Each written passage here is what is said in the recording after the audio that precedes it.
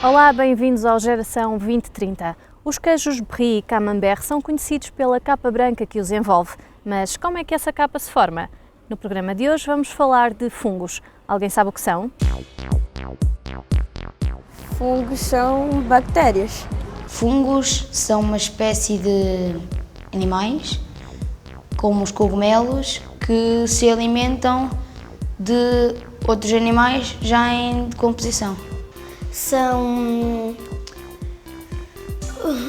líquenes como os cogumelos, o bolor, que é o fungo que cria no pão e na fruta. Os fungos são organismos eucarióticos, ou seja, têm um núcleo diferenciado. Mas não são plantas, não são animais. Eles pertencem a um reino próprio, o fungi. Quanto à forma como se reproduzem, os fungos também têm as suas especificidades. Os fungos reproduzem-se por esporos e não por sementes como fazem as plantas. Por outro lado, são heterótrofos, ou seja, não conseguem produzir o seu próprio alimento e, portanto, têm de consumir e degradar compostos de plantas ou de alimentos, portanto, são parasitas. Os fungos apresentam-se na forma de cogumelos, leveduras ou bolores. Podemos encontrá-los nos mais variados alimentos, mas não devemos esquecer que nem todos os fungos são bons. Existem muitos tipos de fungos em muitos lugares e em muitos alimentos, por exemplo. Alguns fungos são bons, como aqueles que podemos encontrar, por exemplo, no queijo francês.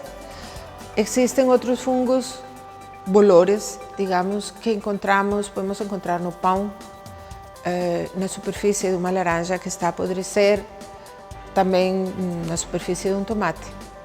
Nós temos de ter cuidado com esses fungos nesse tipo de alimentos, porque podem estar a produzir compostos que são tóxicos e que podem produzir doenças graves quando consumidos ao longo de algum tempo. Tanto o queijo Brie como o Camembert têm um fungo associado à sua confecção. Quando falamos em queijos franceses, temos de dizer de que queijo francês estamos a falar. Por exemplo, temos o caso dos Camembert ou do Brie. Estes queijos são feitos com um fungo chamado Penicillium camemberti. Este Penicillium começa a crescer na massa e na superfície do queijo e o queijo acaba por ficar com aquela cobertura branca que nós conhecemos para este tipo de alimento. Sabem o que é que estes dois queijos franceses têm em comum com a penicilina? Eu acho que não tem nada. Eu já provei os dois, só que o que acho que é comum é que acho que são de cabra os dois. Se calhar ambos levam leite. O queijo, não sei. Talvez algum meio de conservação, uma coisa assim. Ou um ingrediente.